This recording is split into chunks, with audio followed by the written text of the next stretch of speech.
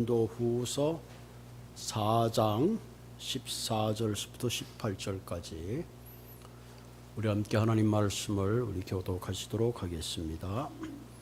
주 예수를 다시 살리시니가 예수와 함께 우리도 다시 살리사 너희와 함께 그 앞에 서게 하실 줄을 아노라.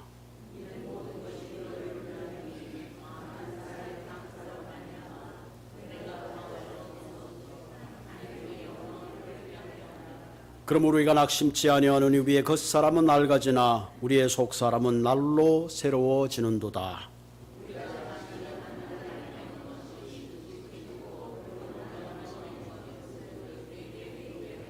우리 같이 읽겠습니다. 우리가 주목하는 것은 보이는 것이 아니요 보이지 않는 것이니 보이는 것은 잠깐이요 보이지 않는 것은 영원함이라. 아멘. 참 멋진 구절이죠. 우리가 주목하는 것은 보이는 것이 아니요 보이지 않는 것이니 보이는 것은 잠깐이요 보이지 않는 것은 영원함이라. 결국은 뭐예요? 우리가 사는 것은 보이지 않는 영원한 것에 주목하고 살아야 된다 하는 그런 말씀이어서 오늘 설교 제목이 주목해야 할 것, 우리가 무엇을 주목하고 살아야 될까 하는 말씀을 함께 나누려고 합니다. 오늘 말씀 듣기 전에 찬양할 우리 찬송가 215장입니다. 헌금송인데 215장 찬양하고 말씀을 나누도록 하겠습니다. 가사가 너무 좋아서 우리 헌금할 때 찬양하는 데는 다시 한번 가사를 곱씹으면서 찬양하도록 하겠습니다. 내재 속해 주신 주님께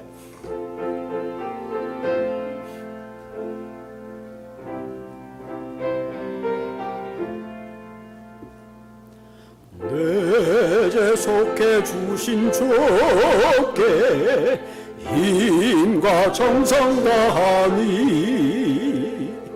나의 온갖 언행심사 주를 위한 것 내게 있는 모든 것을 내게 있는 모든 것을 주를 위해 바치리 내게 있는 모든 것을 주를 위해 바치리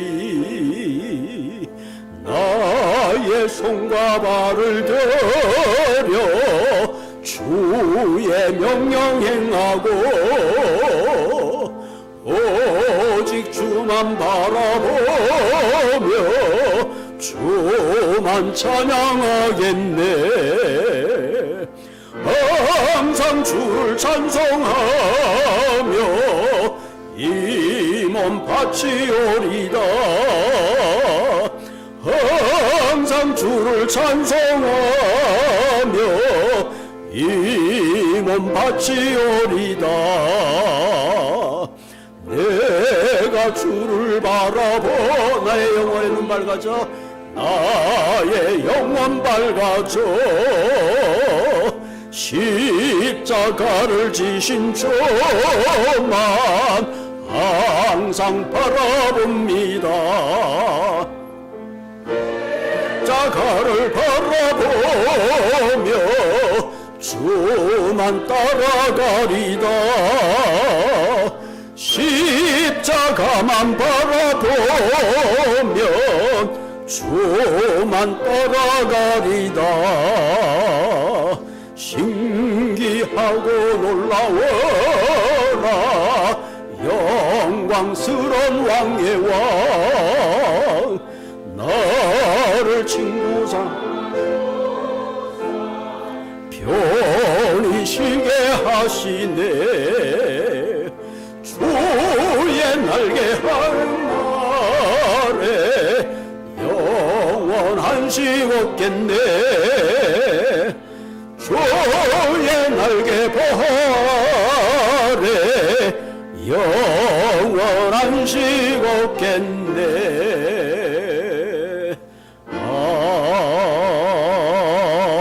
아멘. 내게 있는 모든 것을 주를 위해 바치리다. 아멘. 조금 정말일까 그런 질문하면서 찬양을 했습니다. 그 단지 15분이라는 짧은 연극이 있습니다. 단지 15분. 한 젊은이의 이야기입니다. 이 젊은이는 어릴 때부터 총명하고 남들은 뛰어난 재능을 가지고 있었습니다. 대학 가서도 공부를 잘하고 자기가 원하던 공부를 다른 사람들보다 월등하게 잘했습니다. 대학을 우수한 성적으로 졸업하고 이제 박사 논문도 제출했고 이제는 여기저기서 그야말로 그 사람을 하유하려고 그야말로 장밋빛 인생이 그의 앞을 기다리고 있었습니다. 어느 날 차를 타고 가다가 갑자기 가슴에 통증이 느껴졌습니다. 이게 무슨 일일까? 별일 아니겠지. 그리고 병원을 찾아갔습니다. 병원에 갔더니 닥터가 진찰을 하고 이렇게 말했습니다.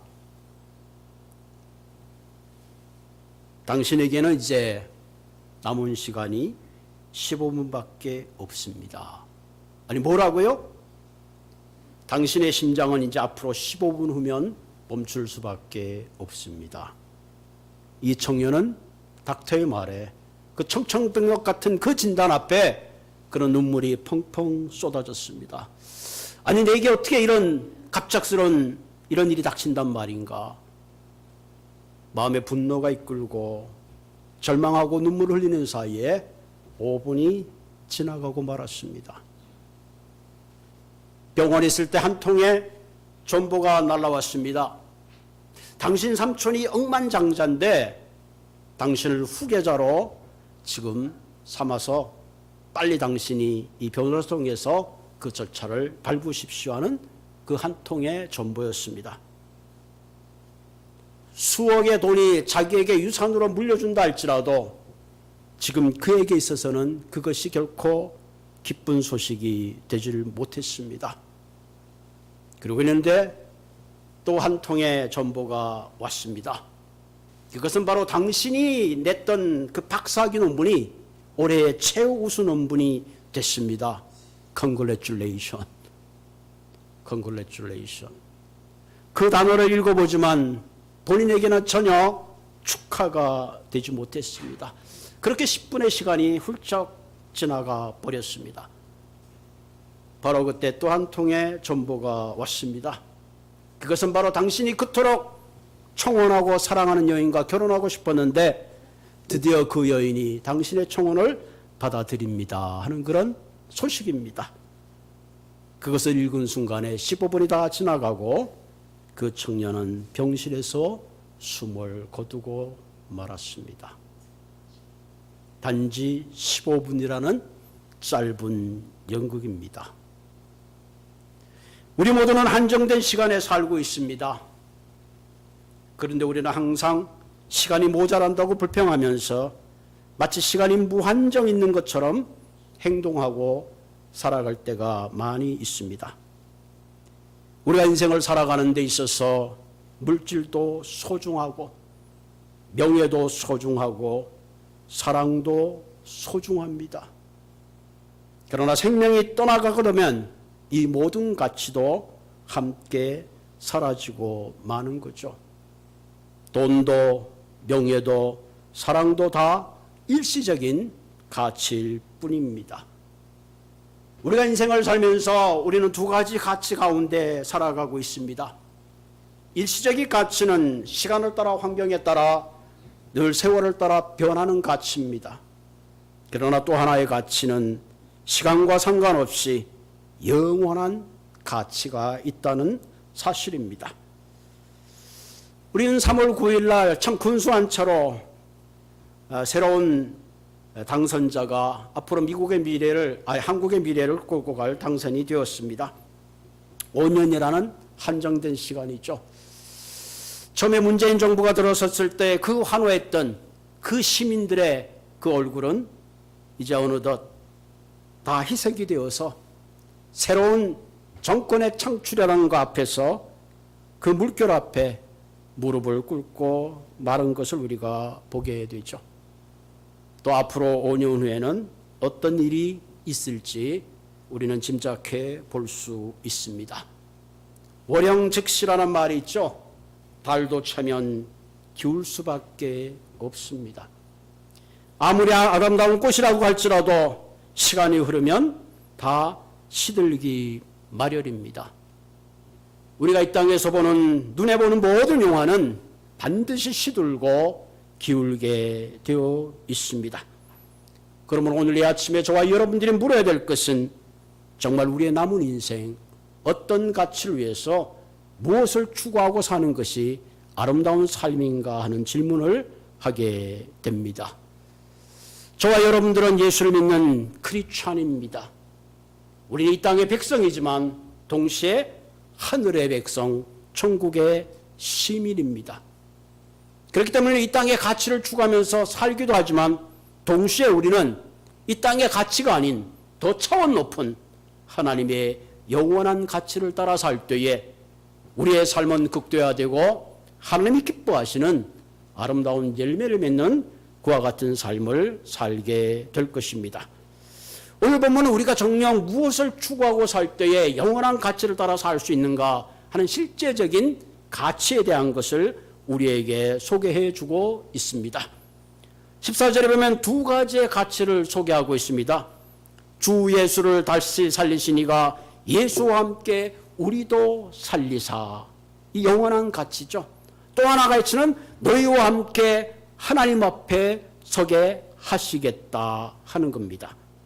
주 예수를 다시 살리시니가 예수와 함께 우리도 살리다. 이 말에 십자가에 죽으신 그 예수님을 사흘 만에 하나님께서 살려주었듯이 오늘도 저와 여러분들을 그 살리신 하나님의 능력이 예수와 함께 우리도 살려주신다. 이 말은 부활한다는 거죠. 아마 여기 계신 분들 우리 모두 썩을 육체로 죽지만 오늘 우리가 분명히 붙잡아야 되는 것은 예수를 살리신 그 능력이 우리의 몸을 썩지 않는 영광의 몸으로 부활케 한다 하는 사실입니다. 이것이 우리가 붙잡아야 될 영원한 가치요 실제다는 사실이죠. 죽음은 끝이 아닙니다. 그렇기 때문에 우리가 붙잡아야 되는 사실은 죽음이라는 절망을 붙잡고 사는 것이 아니라 오늘 분명히 예수를 살리신 그분이 나를 다시 함께 살리실 것이라는 영원한 부활의 영광을 붙잡고 우리는 살아가는 것입니다. 지난주 주일날 제가 그랜데일에서 목회할 때 함께 신앙생활했던 우리 소용석 권사님 분이라는 계십니다. 그분이 참 기타를 잘 치셨어요. 그분이 늘 하시는 말씀이 있는데 그분과 같이 있으면 늘 기뻤어요. 자측 말하기를 목사님, 저는 술을 한 방울도 입에 못 대지만 술 먹은 사람보다 더 잘 놉니다. 그랬던 분입니다. 췌장암이 걸려서 키모를 하고 좀 많이 나아지는가 싶었는데 최근엔 굉장히 악화됐다 그래서 제가 지지난주에 시간을 내서 갔다 왔습니다. 제가 갔다 오고 그분이 이제 그 식사를 안 하셨대요. 그래서 제가 속으로 생각할 때 이제 얼마 못 사시겠다. 그 집사님이 그 장례식 비디오하고 사진을 저에게 보내줬습니다. 그 비디오를 보고 사진을 보면서 권사님께 이렇게 위로를 드렸습니다. 우리가 소 권사님의 음성 그것을 우리가 들을 수는 없지만 주님을 살리신 그 하나님의 능력이 언젠가 우리가 썩지 않은 영광의 몸으로 부활할 때에 우리는 다시 그 권사님의 음성을 들을 수 있습니다. 그 소망을 가지고 지금의 이별의 아픔과 슬픔을 넘어서시기를 바랍니다. 그렇게 위로를 드렸습니다. 오늘 보면은 또 하다도는 차원인데 너희와 함께 그 앞에 서게 하실 줄 안다. 주님께서는 우리를 죽음 가운데 부활하시게 하실 뿐만 아니라 죽음이 끝나는 것이 아니라 주님 앞에 다시 서게 한다. 지금 우리가 주님을 얼굴과 얼굴을 배울 수는 없죠. 그러나 그때는 주님 앞에 그 영광스러운 보좌 앞에 하나님과 얼굴과 얼굴을 맞대게 된다는 사실입니다. 찬송가 85장 1절에 이런 가사가 있죠. 구주를 생각만 해도 좋거든 주님 얼굴 뵐 때야 얼마나 좋을까. 이처럼 우리가 부활의 영광을 품고 주님 앞에 다시 서게 될 그 소망을 가진 사람은 과연 진정 무슨 가치를 따라서 우리가 살아야 될까요? 오늘 본문 15절에 이렇게 말하죠. 이는 모든 것이 너희를 위함이니 많은 사람의 감사로 말미암아 은혜가 더하게 넘쳐서 하나님께 영광을 돌리게 하려 함이라. 이런 영원한 가치를 붙잡고 사는 사람의 궁극적 우리가 추구해야 되는 것은 한마디로 하나님께 영광을 돌리는 삶을 살아야 된다는 사실을 말하고 있습니다.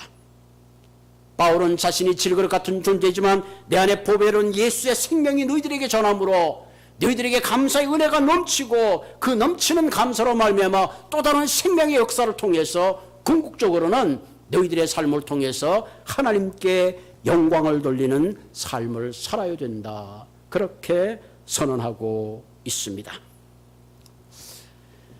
우리가 잘 알고 있는 이야기가 있죠. 모파상의 진주 목걸이. 사실은 진주 목걸이가 아니라 다이아몬드 목걸이입니다. 왜 이렇게 진주 목걸이를 별했는지 모르겠지만 우리가 잘 알죠. 그 여자 주인공이 마틸드라는 여인이 있는데 이 여인은 굉장히 허영심 있는 그런 여인입니다. 그런데 어쩔 수 없이 공무원인 루이젠이라는 하급 공무원과 결혼을 하게 됐습니다. 근데 남편의 이 박봉으로는 자신의 그 허영심을 채울 길이 없습니다. 그래서 하루는 루이젠이 장관집에 초청하는 그런 티켓을 얻게 됐어요. 부인에게 여보, 장관집에 우리가 초청을 받았어. 우리 한번 같이 갑시다. 그때 부인이 여보 내가 뭘 입고 가? 내가 이대로는 갈 수 없잖아.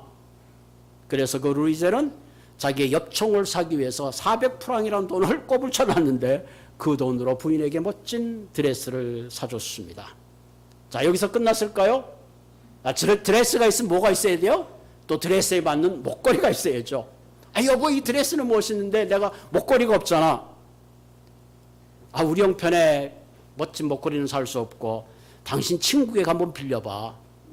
그래가지고 루이젠은 그의 친구인 잔네에게 목걸이를 빌렸습니다. 멋진 다이아몬드를 하고 목에 걸고 멋진 드레스를 입고 파티에 참석했습니다. 드디어 파티가 끝나고 마차를 타고 집에 돌아왔는데 그만 그 멋진 다이아몬드가 사라졌습니다. 왔던 길을 오고 가고 수없이 왔다 갔다 했지만 도저히 찾을 길이 없습니다. 큰일 났습니다. 이걸 어떡하지? 그래서 결국은 똑같은 목걸이를 사기로 했습니다. 알아봤더니 그 목걸이 값이 무려 4만 프랑이나 되는 목걸이입니다. 사정사정해서 3만 6천 프랑에 깎아서 그것을 사가지고 친구에게 돌려줬습니다. 이렇게 저렇게 돈을 빌리다 보니까 자기가 살던 집도 떠나서 더 가게 되고 아침 저녁 그야말로 허드렛 일을 하면서 어느덧 세월과 함께 본인도 많이 늙고 말았습니다. 그리고 그 길을 가다가 우연히 그의 이 친구를 발견했습니다. 친구는 얘가 얼마나 늙었기에 미처 알아보지도 못했습니다. 그때 먼저 친구를 알아보고 마틸드가 얘기합니다. 너 잔느가 아니냐? 그래 맞는데 아유 반갑다. 그동안 어디 있었는데? 그러니까 이렇게 저렇게 얘기하다가 내가 너에게 돌려준 목걸이 알지? 그래 내가 잘 돌려받았지. 사실은 그게 네가 준 내 목걸이가 아니고 사실은 내가 잃어버렸어. 그래서 다시 그것을 내가 장만해가지고 너에게 준 거야. 그랬구나. 나는 그 목걸이 뚜껑도 안 열어봤는데 그러면서 말합니다. 내가 그 목걸이 빚을 갚느라고 무려 10년의 세월을 내가 정말로 고생했다. 그때는 잔느란 친구가 이렇게 합니다. 아니 그랬어. 사실은 그게 진품이 아니고 가짜야. 내가 500프랑 주고 샀는데 이를 어쩌면 좋지? 이를 어쩌면 좋지? 여러분 한번 생각해 보세요. 마틸드는 가짜 목걸이를 위해서 10년의 세월을 허비했다면 어쩌면 오늘 저와 여러분도 어쩌면 이 마틸드와 같은 비슷한 인생의 시간을 허비하고 있지는 않은가 하는 것을 우리는 생각하게 됩니다. 그래서 성경 55장 이사야 55장 2절에 이렇게 말하죠. 너희가 어찌하여 양식 아닌 것을 위하여 은을 달아주며 배부르게 하지 못할 것을 위하여 수고하느냐. 내게 들으라. 들을지어다. 그러면 너희가 좋은 것을 먹을 것이며 너희 자신들이 기름진 것으로 즐거움을 얻으리라. 뭐예요? 가짜에 너희의 삶을 투자하지 말고 너희는 내게 들어와서 진정한 영원한 것에 너희의 삶을 투자하라는 거예요. 왜 양식하는 것을 은을 달아주며 왜 배부르지 못할 것을 외여 너희의 진짜의 삶을 허비하고 있느냐. 내게로 돌아오라. 내게로 돌아오라고 이스라엘 백성에게 하신 그 하나님의 호소는 오늘도 이 아침에 저와 여러분들에게 말씀하고 계십니다. 그런 의미에서 어떻게 할 때 우리가 눈에 보이는 가치가 아닌 영원한 가치를 주목하면서 살 수 있을까요? 오늘 본문은 실제적인 삶의 세 가지 중요한 진리를 우리에게 가르쳐 주고 있습니다. 영원한 가치를 살기 위해서는 먼저 첫째로 속사람을 주목해야 합니다. 속사람. 본문 16절에 있죠. 그러므로 우리가 낙심하지 않으니 우리의 겉사람은 낡아지나 우리의 속사람은 날로 새로워지도다. 겉사람 뭐예요? 눈에 보이는 우리의 이 모습이죠. 겉사람은 오늘 보니까 낡아진다 그랬죠. 낡아진다. 늙어지는 거죠. 뭐 노사연에는 우리는 늙어가는 게 아니라 익어간다고 웃기지만 어쩔 수가 없어요. 머리는 휘어지고 이빨은 빠지고 머리카락도 빠지고 다리에 힘은 없는 겁니다. 우리의 겉사람이 낡아지는 건 슬퍼하지 마시기 바랍니다. 이게 인간의 운명이에요. 보톡스를 맞는다고 그것이 영원하지는 않습니다. 어쩔 수 우리의 겉사람은 늙어가고 후퇴할 수밖에 없습니다. 얼마 전인가 서랍을 정리하다가 제가 그 드라이브 레슨스 받은 게 그동안 있어서 그냥 그대로 모아놨어요. 이렇게 보니까 내 젊었던 모습이 아들 모습하고 비슷하더라고요. 이럴 때가 내가 있었구나. 오늘 우리가 붙잡아야 되는 건 겉사람이 아니라 오늘 본문에 말하죠. 우리의 속사람은 날로 새로워지는도다. 속사람이란 뭐예요? 우리 내면적 자아를 말합니다. 그리스도로 말미암아 새롭게 된 속심령을 말합니다. 겉사람이 눈에 보이는 것이라면 속사람은 눈에 보이지 않는 부활하신 주님이 내 안에 계시는 영원한 생명, 그것을 말합니다. 부활하신 주님이 내 안에 계시기에 우리는 날마다 낡아지는 것이 아니라 날마다 성령 안에서 새로워진다는 사실입니다. We are being renewed day by day. 그래서 베드로전서 3장 3, 4절에 이렇게 말하죠. 너희 단장은 머리를 꾸미고 금을 차고 아름다운 옷을 입는 외모로 하지 말고 오직 마음에 숨은 사람 온유함과 심령에 썩지 않을 것으로 하라. 이는 하나님 앞에서 진정 값진 것이라. 아멘. 물론 때때로 우리가 머리를 꾸미고 단장하는 것도 필요하죠. 그러나 그것도 더 소중한 것은, 우리가 주목해야 되는 것은 보이지 않는 속 사람인 것입니다. 하나님이 인정하는 아름다움은 겉사람이 아니라 속 사람입니다. 그런데 대부분의 사람들은 속 사람보다 겉사람에게 많은 투자를 합니다. 그럼 어떻게 할 때에 우리의 겉사람이 속사람이 아름다워질 수 있을까요? 말씀을 잘 섭취해야 합니다. 여러분, 건강하기 위해서는 음식을 잘 먹어야지 건강하듯이 동일합니다. 우리의 심령의 속사람은 음식으로 새로워지는 것이 아니라 하나님의 말씀으로 새롭게 되는 거죠. 말씀의 섭취가 부족하고 말씀이 부족하게 되면 결국 우리의 속사람에 결핍이 생길 수밖에 없습니다. 그렇기 때문에 우리는 속사람을 새롭게 하기 위해서는 날마다 말씀으로 여러분의 심령을 채워야 합니다. 다윗은 이렇게 고백했죠. 주의 말씀이 꿀송이처럼 같다. 여러분, 그런 걸 느껴야 됩니다. 그때 우리의 속사람이 새로워지는 거죠. 우리의 속사람을 변하게 하는 것은 성령님이 하십니다. 우리가 화장하는 걸 메이크업이라 그러죠. 메이크업을 해가지고 눈도 좀 크게 하고 여러 가지 이렇게 주름도 안 보이게 할 수는 있어요. 그러나 우리의 속사람은 화장품으로 되지 않습니다. 성령님이 내 안에서 충만할 때에 우리의 속사람이 새로워진대. 그때 우리의 인격의 어운의 열매, 절제와 인내와 사랑과 희락과 양성과 충성과 절제라는 멋있는 성령의 열매들이 우리 안에 맺히게 되는 겁니다.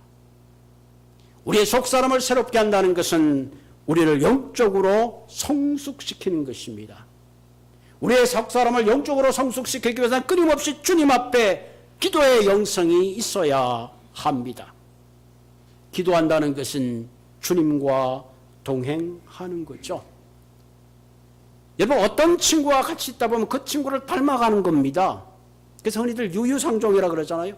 내가 기도의 깊은 영성 속에 들어가면 들어갈수록 내 안에 그리스도의 모습을 담아낼 수밖에 없습니다. 그렇기 때문에 이 시간에 우리는 우리의 겉사람에 우리의 것을 투자하는 것이 아니라 날마다 나를 새롭게 하는 속사람을 위해서 주목하시기를 바랍니다. 말씀으로 무장하고 성령으로 충만하며 기도의 교제를 통해서 날마다 우리의 겉사람은 후패할지라도 내 속사람이 새로워지게 되면 함께 살던 아내가 알고 교우가 알고 우리의 주위의 모든 사람이 알게 될 것입니다. 여러분, 그런 거 느껴봤죠? 어떤 사람에게 있으면 뭔가 근접할 수 없는 뭔가를 느끼죠. 사람마다 갖고 있는 그런 향기가 있습니다. 오늘 이 말씀을 통해서 진정 우리의 속사람이 날마다 새로워지시는 모든 분들이 되기를 주님의 이름으로 부탁을 드립니다. 두 번째 우리가 주목해야 될 것은 고난 후의 영광에 주목해야 합니다. 여러분, 고난과 영광은 반대의 개념이라고 생각하지만 성경을 가만히 읽어보면 고난과 영광은 반대의 의미가 아니라 반드시 고난을 통과한 다음에 준비된 하나님의 영광이 있다는 것을 우리가 깨닫게 되죠. 여러분, 우리의 인생도 돌아보면 고난 후에 성숙이 찾아오고 고난 후에 이해의 폭이 찾아오고 고난 후에 뭔가 인생의 성숙함을 느낄 수가 있습니다. 그래서 인생의 깊은 의미는 결국은 고난을 통해서 깨닫게 되고 결국은 눈물 젖은 빵을 먹지 않고는 인생을 알 수 없는 것이 우리의 인생입니다.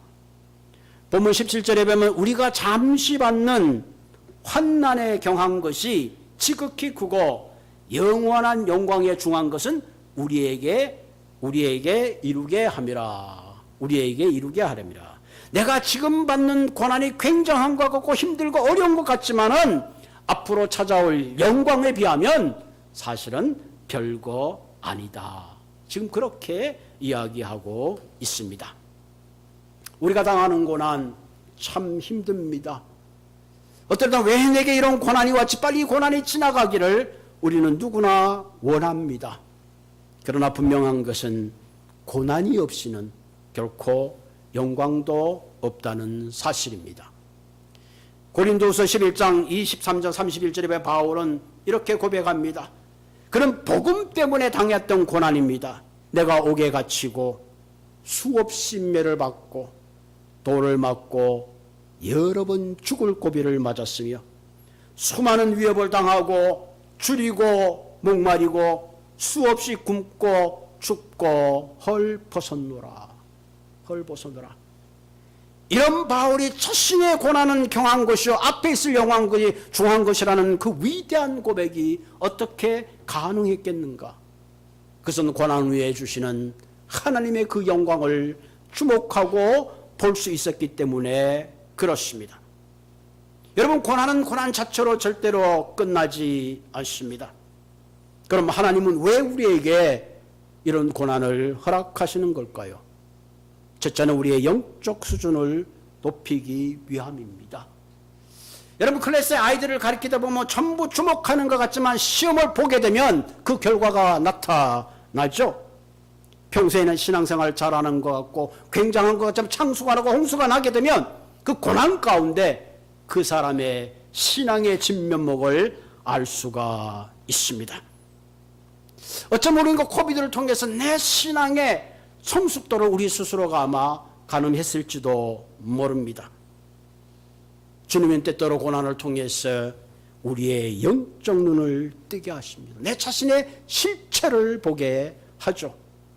여러분, 성경의 욥이라는 사람은 참 부자였습니다. 하나님 앞에 경건하고 신실하기가 얼마나 대단했는지 몰라요. 생일잔치가 있으면 그 아이들이 생일잔치가 끝나면 혹시나 하나님께 범죄했을까봐 그 아이들 이름을 불러가면서 하나님 앞에 제단을 쌓았던 그런 사람이었습니다. 그랬던 욥이 한순간에 그의 모든 가정이 풍지박산되고 모든 처녀를 입고 재산이 떠나가고 말았습니다. 그때까지도 욥은 내가 하나님께 선한 줄로 깨닫고 있었어요. 그랬던 그가 나중에 욥께 이렇게 고백합니다. 내가 주께 대하여 귀로만 듣기만 하였는데 이제는 눈으로 주를 배움나이다. 그로 내가 스스로 거두어드리고 티끌과 재 가운데 회개하나이다. 그 엄청난 고난을 통해서 욥은 자신이 의인이 아니라 하나님 앞에 티끌과 같은 존재인 것을 비로소 고백하게 된다는 사실입니다. 여러분, 시편 19편 71절에 보면 고난당한 것이 내게 유익함이라 이로 인하여 내가 주의 율례를 배우게 되었나이다. 참 공감하죠. 평소에 잠이 올 때는 그냥 수면제로 성경을 읽었는데 내가 고난당하는 가운데 그 말씀을 읽을 때 그 말씀이 내게 위로가 되고 능력이 되는 것을 아마 우리는 경험했을 것입니다. 어쩌면 이 시편 기자도 그와 같은 삶을 표현하고 있습니다. 고난당한 것이 내게 유익이라. 비로소 내가 하나님의 말씀의 진리를 깨닫게 되었도다. 우리는 인생의 고난을 통해서 내 인생 가운데 진정 소중한 것이 무엇인 것을 알게 되죠. 사업에만 몰두하던 가정이 그 사업이 토산이 나고 나서야 비로소 내 가정이 얼마나 소중한 것을 깨닫게 됩니다. 우리는 사랑하는 사람이 떠나고 나면 그 사람이 얼마나 소중한 것을 알게 되죠. 건강을 잃게 되면 건강의 소중함을 알게 됩니다. 지금 저와 여러분들이 이렇게 예배를 드리지만 우리는 코비드를 통해서 이렇게 페이스 투 페이스 예배를 드리는 게 얼마나 소중한지 예전에는 미처 몰랐습니다. 그러나 교회를 가고 싶어도 갈 수 없고 만나고 싶어도 만날 수 없는 그것이 얼마나 안타까운가 하는 걸 우리는 몸소 느꼈음을 보게 되죠. 그런 의미에서는 한순간 한순간 매 순간이 얼마나 하나님이 주신 은혜요 소중한 것인가 알고 그 축복 가운데 살아가게 되는 것입니다. 우리는 고난을 통해서 좀 더 강한 크리스찬이 됩니다.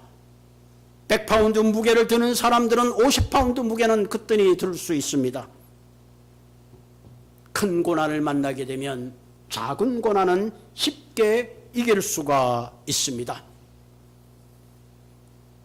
요즘 군대 젊은이들도 그렇고 학생들도 그렇고 아이만 너무너무 그냥 공주 왕자처럼 키워가지고 조그만 고난에도 쉽게 나약해진다 그러죠.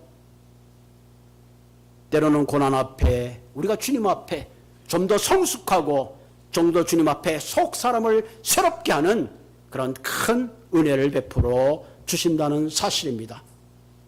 그럼 우리는 고난당할 때에 그 고난이 끝이 아니라 그 고난의 끝자락에 나를 훈련시키시고 그 마지막에 오늘 바울이 고백했던 것처럼 내가 당한 고난은 경하나 그 중한 하나님의 영광을 바라보시고 인내하심으로 늘 우리가 주님 앞에 속사람을 새롭게 하는 그와 같은 가치 있는 삶을 향하여 달려가시기를 부탁을 드립니다.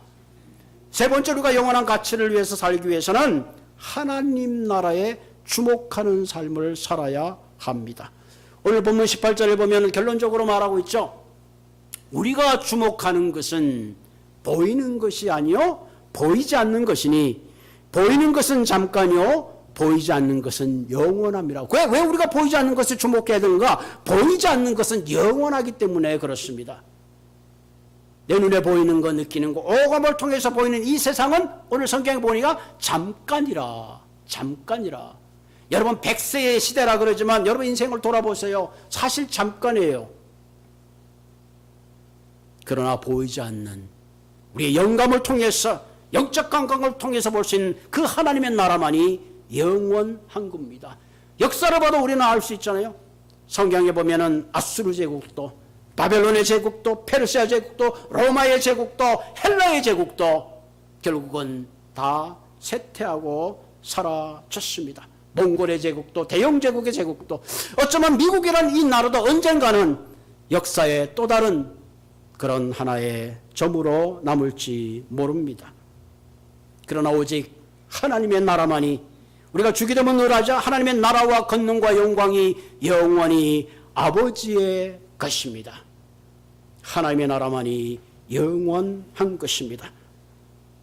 그러므로 우리는 한 번뿐 우리의 인생을 잘 선택해야 합니다. 그리고 바르게 선택하고 바르게 살아야 합니다. 보이지 않는 잠깐을 위해서 영원한 것을 놓쳐서는 안 되는 거죠. 성경에 그와 같은 어리석은 선택을 했던 사람이 있습니다. 에서가 있어요. 눈에 보이지 않는 장자권이 있지만 그는 자신의 배고픔을 이기지 못하고 팥죽한 것으로 그는 자신의 영혼을 팔아버리고 말았습니다. 세상의 모든 것은 지나가는 것입니다. 이 시간 다시 우리의 마음의 눈을 열어서 영원한 하나님 나라를 주목하는 한 분을 살아도 의미 있는 풍성한 열매를 맺는 언젠가 우리가 주님 앞에 섰을 때에 충성된 종이라고 인정받는 귀한 삶을 사시기를 주님의 이름으로 부탁을 드립니다. 같이 기도하겠습니다. 살아계신 하나님, 오늘도 배부르게 하지 못할 것을 양식이 아닌 것을 외원을 달아주며 수고하고 달려가는 우리의 인생에게 오늘도 귀한 진리의 말씀을 통해서 다시 한번 우리가 주목해야 될 위대한 것을 가르쳐 주시는 하나님, 이제 우리의 남은 인생 이제는 하나님의 가짜를 위해서 살아가는 것이 아니라 진짜를 위해서 하나님의 영광을 위해서 하나님이 내게 맡겨주신 사명을 위해서 은사를 위해서 달려가는 우리가 되게 하여 주옵소서. 오 하나님, 성령으로 우리의 속사람을 새롭게 하여 주시옵소서. 내 안에 그리스도의 아름다운 성령의 열매를 통해서 이 땅에 진정 하나님의 나라를 이루어가며 나를 만나는 사람마다 그리스도의 참된 생명을 나눔으로 그들께 하나님의 영광을 드러내는 진정 하나님께 영광을 돌리는 그와 같은 삶을 살 수 있도록 주님 인도하시고 함께하여 주시옵소서. 예수님의 이름으로 기도를 드립니다.